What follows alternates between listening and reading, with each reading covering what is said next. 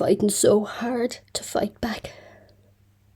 It's like the waves of a dying beach, trying to save the rocks because they are as important as the land they're protecting. We underestimate that they never stood a chance or had a choice in where they were placed in this world. A chance or a choice. These times of fighting hard.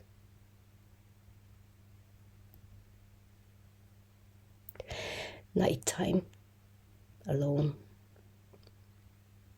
with my dreams. Not dreams as such, but something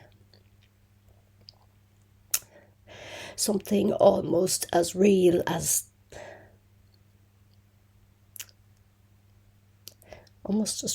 the assumptions that I am constantly forgiving. I have no reason to be where I am, but I'm here, and I don't know how to go back or forward. I'm in a constant state of present, fighting hard. Mostly with myself, but more often than not with the illusions of dark memories trying to resurrect themselves into something almost real. And if you do that enough,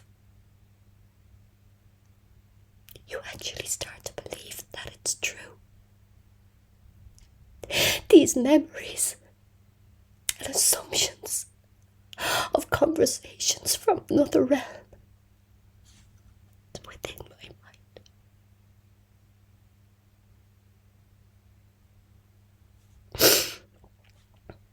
If you're alone for long enough, and when I say alone, I don't mean for a couple of hours, I mean really alone.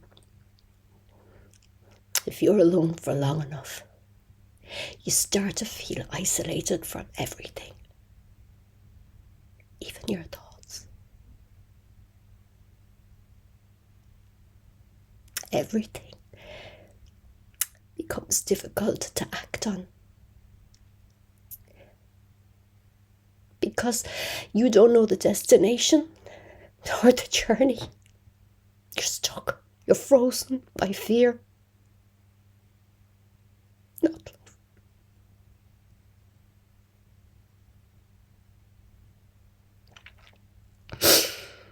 A lot of what I've just said is it's somewhat babblish. Is that even a word? It is now. I write into Susie Dent from Countdown. That's what I'll do, and she'll have it published for me and in the English dictionary, and then I'll sit in front of the TV for probably another 6 months waiting for it to be mentioned. And it probably will be on the day that I manage to sleep a little longer than 5 p.m, because my only escape from this fucking world is to sleep more and more and to have less hours awake and to fight as hard as I can to stay asleep.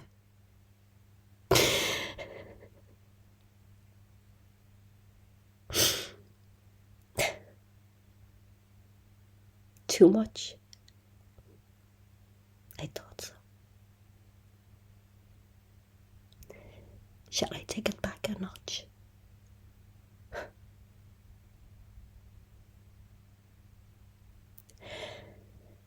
So back to my point about fighting hard. Two words that say so little and so say so much at the same time.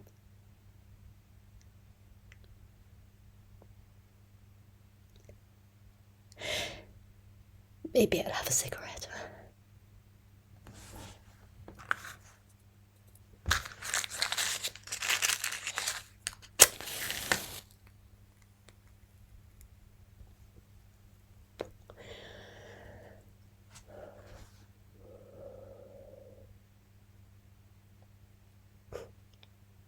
It's just another excuse to waste time, really.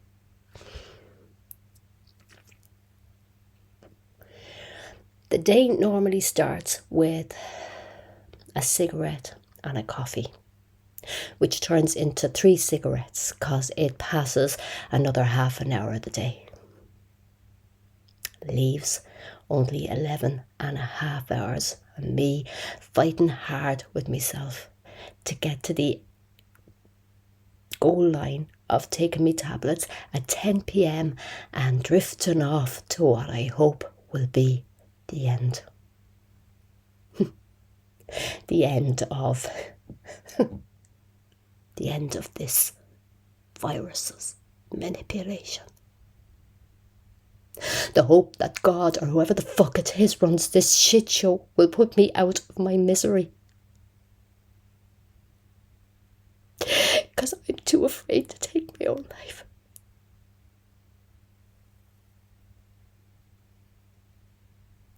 And to stop this constant pain that I endure and go through on a mind-numbingly daily fucking basis. You see, even though I'm not that religious in my belief of the Holy Catholic Church, I have this ideological notion that whoever the creator is, he or she frowns upon suicide. What a ridiculous notion to have. We're taught that the Lord is all forgiving.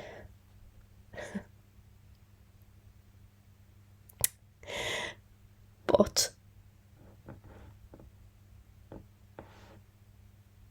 when it comes to suicide, it's frowned upon and considered a deadly sin. Deadly sin. What a load of cock.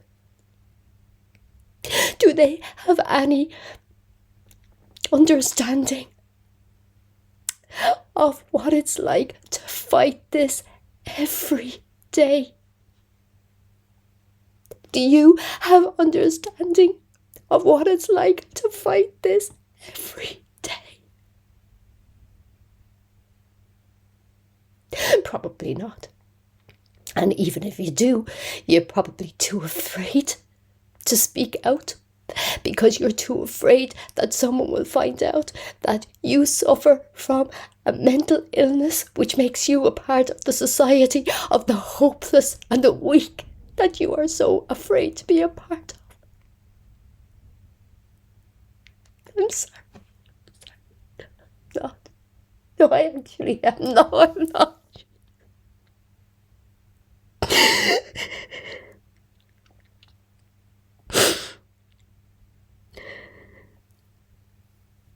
I don't know what I am anymore. I really don't.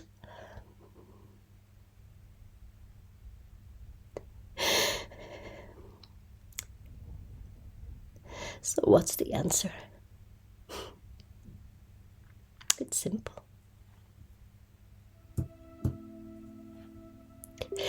Keep on fighting.